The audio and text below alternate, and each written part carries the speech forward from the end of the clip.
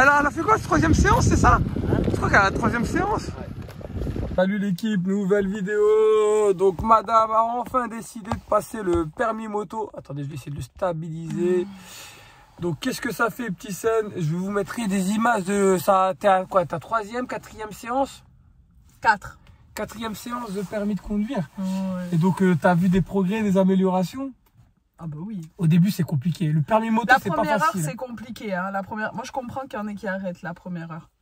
Ceux qui n'ont jamais touché à une moto. Hein. Ouais, parce que c'était ton cas. Toi, moi, j'avais jamais fait de moto avant. Non, j'ai jamais fait. Donc moi, je pars à zéro. Là. Et encore, tu as une petite expérience parce que on a fait quand même pas mal de duos ensemble. Après, j'ai pas d'appréhension concernant la moto, puisque je connais la moto, l'univers de la moto et tout, parce que j'en fais quand même avec toi. Mais j'en avais jamais fait. Ouais, les commandes, non. Le fait de... La sensation d'être devant, tu sais, moi j'ai toujours été derrière. Voilà, et le fait de devoir gérer les commandes, le frein avant, arrière, l'embrayage, le levier, le sélecteur de vitesse et tout. Tout à fait, ouais. Toute cette gymnastique d'esprit qu'il faut avoir. Mais bon, quand tu as conduit une voiture, tu peux conduire. Ah, j'ai dit quand tu as conduit des voitures depuis longtemps, tu peux conduire une moto. En commande. C'est pas naturel. La moto, c'est pas naturel puisque tu dois contrôler. Il faut être relâché en haut, si tu contrôles plus la moto avec le bas du corps. Ouais. C'est pas naturel, mais par contre, en termes de commandes, c'est pas. Dès la première séance, les commandes, c'était. J'ai capté le truc, quoi. Parce que j'ai l'habitude de gérer plusieurs commandes. Oui, c'est comme la voiture. Au départ, ça nous a les boîtes de vitesse manuelles. Puisque maintenant, je crois que tu peux passer le permis voiture automatique en auto. Mais à l'époque, quand on passait sur des boîtes manuelles, c'est vrai, moi, la première fois, je me dis, c'est quoi ce bordel? Il y a l'embrayage, il y a le sélecteur de vitesse. Ça paraissait vraiment impossible. Ouais. Et après, ça devient une les rétros, ça faisait beaucoup d'infos. Ouais, beaucoup d'infos. Après, ça devient une seconde nature. Et ben, la moto, c'est pareil. Moi, pareil que toi, quand j'avais commencé la moto, c'était, je me suis mis au code moto. Au permis moto, je veux dire, uniquement pour des raisons de praticité, parce que moi je travaille en ville, donc ça boussonne pas mal, donc je voulais me prendre une petite moto, voire un scooter. Non, je me rappelle, c'était pas une moto qu'il voulait à la base, il voulait une trottinette électrique. Oui, c'est vrai qu'à la base... Et à la base, c'était ça. Non, à la base, je voulais un véhicule qui me permettrait d'aller au boulot sans avoir à garer le véhicule et sans aussi avoir à gérer les bouchons. Donc j'ai pensé à une trottinette électrique. Après, je me dis, c'est vrai que c'est pas sécurisant, c'est vrai que c'est pas puissant, donc pourquoi pas un scooter? Donc là, je me suis renseigné sur les scooters et je me suis dit, bon, il faut passer le permis A1, je crois. Et après, à ce moment-là, mon code, moi, il était toujours valable parce que j'ai passé mon permis voiture très tard. Ouais. J'ai fait de longues études et j'ai passé mon permis à la fin de mes études. Donc 5 ans après, donc j'étais à la 4e année de validité. Il me restait encore 1 an pour valider mon code. Et je me suis dit, mais c'est con de passer son permis 125 alors que mon code est toujours valide. Donc j'ai passé de fil en aiguille sur des trucs qui n'étaient pas prévus. Le permis moto, mais sans aucune passion, vraiment que pour des intérêts utilitaires. Et en fait, en passant mon permis moto, en fait, je suis tombé amoureux de la moto, j'ai adoré en faire, j'ai kiffé, et c'est comme ça que j'ai commencé la moto. Donc un pur hasard. Et ma femme, pareil, elle était, ce qui est marrant, c'est qu'elle était contre la moto. Elle me disait, mais non, faut pas que t'en fasses, tous ceux qui en font, ils ont fini par faire des accidents graves ou mourir. Donc c'est pas dans notre culture, nous, la moto, que ce soit de ma famille, il n'y a personne qui est motard, de sa famille, il n'y a personne qui est motard. Donc au départ, elle avait beaucoup d'a priori, d'idées reçues sur la moto et elle voulait absolument pas que j'en fasse. Donc moi, j'ai quand même insisté, j'ai kiffé, je suis rentré dans le délire. Du coup, j'ai acheté une moto. Elle a vécu ce délire de la moto à travers moi. Et elle a pris goût aussi à ça. On a fait pas mal de petits road trips ensemble. Et donc maintenant, aujourd'hui, elle veut être motard aussi. Ouais. Oh, c'est incroyable. Mais c'est pas facile. Moi, je me dis, la moto, franchement, moi, j'en avais jamais fait avant. Je faisais pas de motocross, je faisais pas de scooter, je faisais rien d'autre. J'ai fait beaucoup de vélo, mais bon, c'est très différent. Et quand tu connais pas, ouais, il y a un temps d'adaptation. Moi, le lent, j'ai galéré aussi sur le lent. Mais finalement, j'ai fini avec mon plateau avec 5A. Donc, comme quoi, on a beau partir avec des difficultés, mais... T'es obligé de le rappeler que t'as eu 5A. Oui, parce que tu pars de loin, en fait. Mais comme toi, en fait, c'est pour te motiver. Là, tu galères, mais les galères que tu as eues, je vous montrerai des images. Les galères que tu as eues, moi, je suis passé par là, j'ai eu les mêmes galères. Donc, faut pas se démotiver. Et quand tu as le déclic, tu verras, quand tu auras le déclic, ça sera irréversible. Alors là, j'ai un problème, c'est que je pense fixer un point droit devant moi. Et en fait, je suis tellement aux aguets sur ce qui se passe autour de moi que je me rends compte que ma vision périphérique Donc large, j'ai une vision très large. Donc par moment, je fais des manœuvres, mais ma moto, elle est attirée parce que je regarde là, au lieu d'être attirée parce que je regarde devant moi.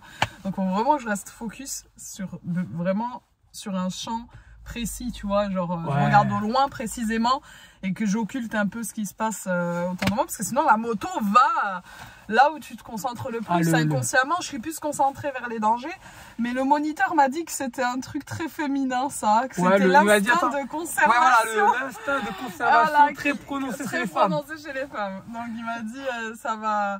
Il m'a dit, il faut que tu t'en foutes en fait. Il m'a dit, tu t'en fous de ton camarade à côté. Il m'a dit, il fait sa vie, tu fais la tienne. Après, il est pas macho, lui, il part avec l'expérience. Hein. Ah non, il a raison. Non, mais il a raison. Il constate ça par rapport aux femmes et les hommes. Non, mais ça n'a rien à voir. Après, il y a des cas particuliers. De toute façon, les femmes et les hommes, on a une approche qui est différente sur quasiment tout. Il faut pas se mentir. Au moins, que ce soit dans le sport, dans tout. On n'est pas pareil. Hein. Après, c'est le début, parce que là, il y a beaucoup d'informations. Mais le regard, c'est vrai que c'est un des critères primordiaux, si ce n'est peut-être le critère le plus important.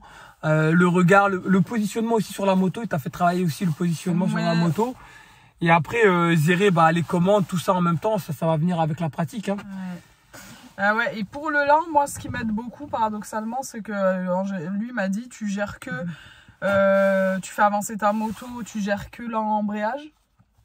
Sauf que moi, j'ai tendance à prendre un peu de vitesse. J'ai besoin de prendre un peu de vitesse pour me sentir élancée dans le parcours. Je peux pas être trop lente d'entrée. Sinon, je vais poser le pied. Je trouve pas mon équilibre. Donc, j'ai besoin de mettre un peu de vitesse. Donc, moi, paradoxalement, j'utilise d'autres commandes, notamment... Moi, ce qui m'aide, c'est le frein arrière. Quand j'utilise le frein arrière en complément de mon embrayage. T'as bien géré ça. Même sur l'autre côté, hein, les parcours, je les passe bien quand je suis sur plusieurs commandes. Si je suis focus que sur mon embrayage, j'y arrive pas. J'ai besoin d'ajouter d'autres commandes, et notamment, moi, le frein arrière. Le frein avant, c'est trop sec. C'est trop ça, il faut avoir l'expert. Il y a le mec, il y avait un deuxième élève, mais lui, il faisait de la compétition en motocross, donc lui, il faisait tout avec le frein avant. Donc il arrivait à bien le gérer, à bien le doser. Mais en général, quand tu es débutant, c'est compliqué. Moi, quand j'ai passé mon plateau, comme je disais à madame, je ne freinais pas. Je gérais tout avec l'embrayage. Le frein avant, c'était incapable parce que tu risques, il est trop sensible. Et à la limite, comme je dis, si tu es à l'aise avec le frein arrière, c'est pas mal. C'est un frein qui est en douceur, tu vas pas bloquer la moto, elle va pas se redresser et te surprendre. Donc ça, c'est une bonne astuce. Parce que c'est vrai que toi, quand tu enclenches tes portes là, t'allais un peu trop vite. Donc pour respecter le temps, c'est 14 secondes, il me disait. Oui. T'étais plutôt à 12-14 secondes, mais c'était un peu limite. Il disait idéalement, il faudrait essayer d'atteindre les 16 secondes. Non, mais je pense que toi, quand tu m'as chronométré, je suis à 12. Mais sur les autres parcours, je suis à plus. T'es à plus. T'es chronométré sur c'était une mauvaise tentative. L'un des moins bons. L'un des moins bons essais que tu avais fait. Mais non, mais c'est franchement pour un début, c'est plus que bien. Et en plus, le code, le plateau a changé. À mon époque, on n'avait pas le droit de poser les pieds. Maintenant, vous pouvez poser les pieds. 3 pieds. 3 fois le pied. Sur le par contre, il y a quand même des difficultés apparentes au nouveau plateau, je trouve. Donc ça c'est une facilité. Tu le fais en continuité, si je veux. Voilà, ça c'est une facilité de poser les pieds. Mais malheureusement, nous, on le faisait pas en continuité. Donc on faisait le lent. Après, on s'arrêtait, les autres passaient. Après, on a une pause. Après, on faisait le rapide. Donc dans le rapide, il y avait le freinage d'urgence et la manœuvre d'évitement. Vous enseignez tout d'un coup. Et en plus aussi, subtilité, vous n'avez pas fait gaffe, quand tu fais le duo, quand le moniteur il monte derrière. Oui, on doit passer des portes. On doit passer des portes. Nous, on passait des portes, mais c'était des petits zigzags. Donc, il n'y avait rien de compliqué. Nous, on fait un demi-tour. Là, tu fais un demi-tour. Donc, encore comme il a dit Christophe, lui, ça va, c'est un poids plume, c'est un petit gabarit. Mais quand ton moniteur, il fait 2 mètres pour 100 kilos, pour ceux qui ont un moniteur balèze, ça peut être un critère de sélection de l'auto-école. Hein. Parce que là, si tu fais un demi-tour avec un bonhomme qui pèse son poids et que tu n'as pas l'habitude, c'est compliqué. Donc voilà, un petit retour sur le permis de madame. Moi, je suis très content. Très content de toi. Tu te débrouilles plutôt pas mal. En plus, elle prend du plaisir. Le plus important, c'est de prendre du plaisir. Et oui, c'est pour ça que je fais cette vidéo.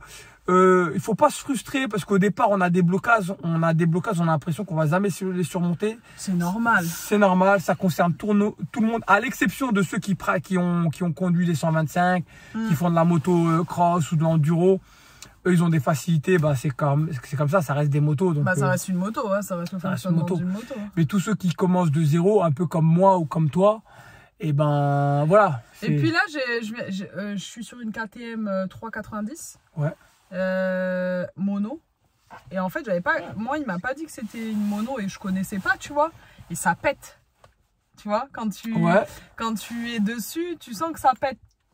Tu vois ce que je veux dire ou pas? Pourquoi ça t'a perturbé ça? Ouais, bah, bien sûr.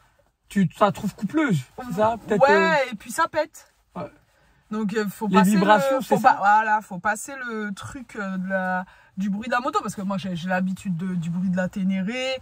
Des bicylindres. Les essais où je suis avec toi en duo derrière toi, c'est des bicylindres. Le bruit, il est fluide, c'est beau. Là, la KTM la 390 moto, là 390, elle est top parce qu'elle est légère. Ça permet c'est un souci en moins quant à la légèreté. Mais par contre, elle fait un bruit, elle pète. Donc il faut s'habituer. Après, psychologiquement aussi, peut-être que. J'ai l'impression que du fait qu'elle pète, que ça, je maîtrise pas. Tu vois? Ouais, mais après, moi, je pense pas qu'elle pète plus qu'une Ténéré bicylindre, mais c'est le fait, je pense. Hein. Le bruit est différent, bien sûr. Donc toi, tu le ressens que le bruit est différent. Ouais, le bruit, mais c'est surtout que là, le moteur, il est en bas de tes ombres. Ah ouais, je ressens. Là, tu es vraiment acteur du truc et tu vois, tu le sens tout de suite, tu as les poignées de gaz aux mains.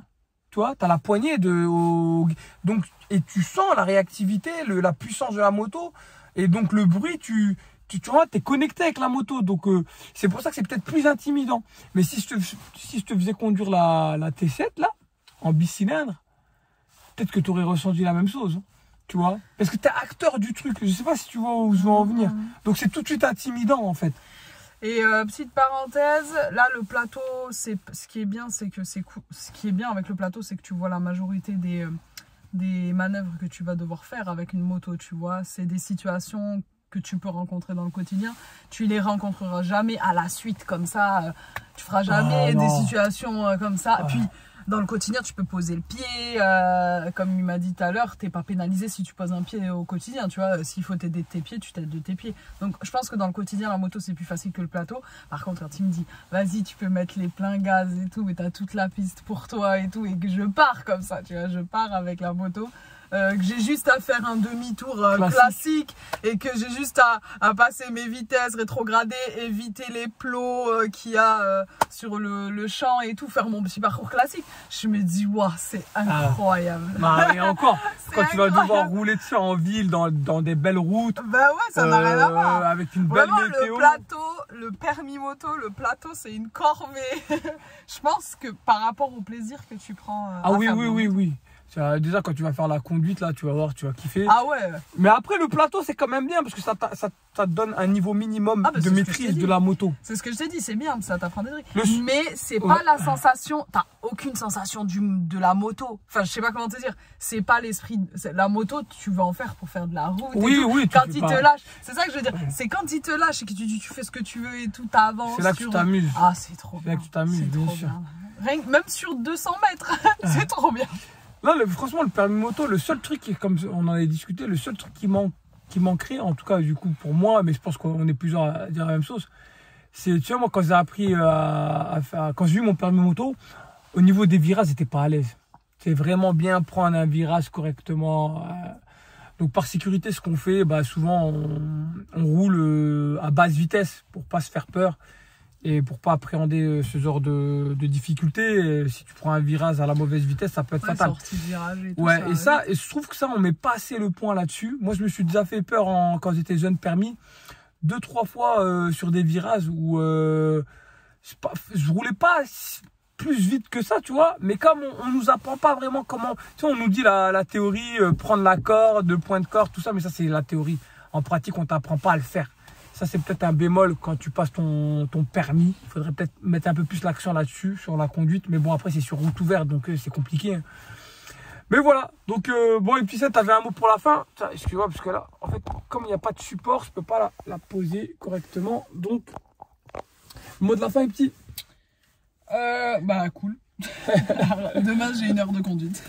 Voilà, cette semaine, ouais, t'en as pas mal. Hein. Ouais, je suis en vacances, je suis prof. Bon, allez les gars, faites-nous un petit retour sur comment vous avez passé votre permis de conduire, comment ça s'est passé, surtout si les dames, hein, les dames, Après, je pense que la sensation, elle est différente d'une personne à une autre. Hein. Les difficultés, comme tu as dit, d'une personne à une autre, une personne elle va être plus à l'aise au lent, moins à l'aise au slalom. Chacun rencontrera ses propres difficultés. Il n'y a pas de comparaison, quoi. C'est toi et ton ressenti, tant que c'est cool. Et le but, c'est surtout d'aller au bout au moins des 20 heures de conduite. Pas se démotiver, quoi. Pas se démotiver, au moins faire les 20 heures. Et après, si vraiment au bout des 20 heures, c'est nul, ça n'avance pas, bah ouais, se poser la question, est-ce que c'est fait pour moi ou pas? Voilà. Parce que là, il me disait, bah pour moi, oui.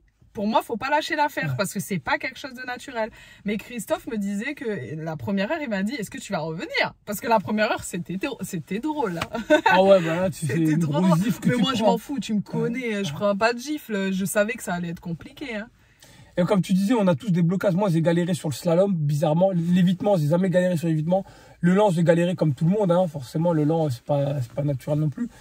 Mais voilà, hein, on rencontre tous des difficultés particulières à un moment donné dans le plateau.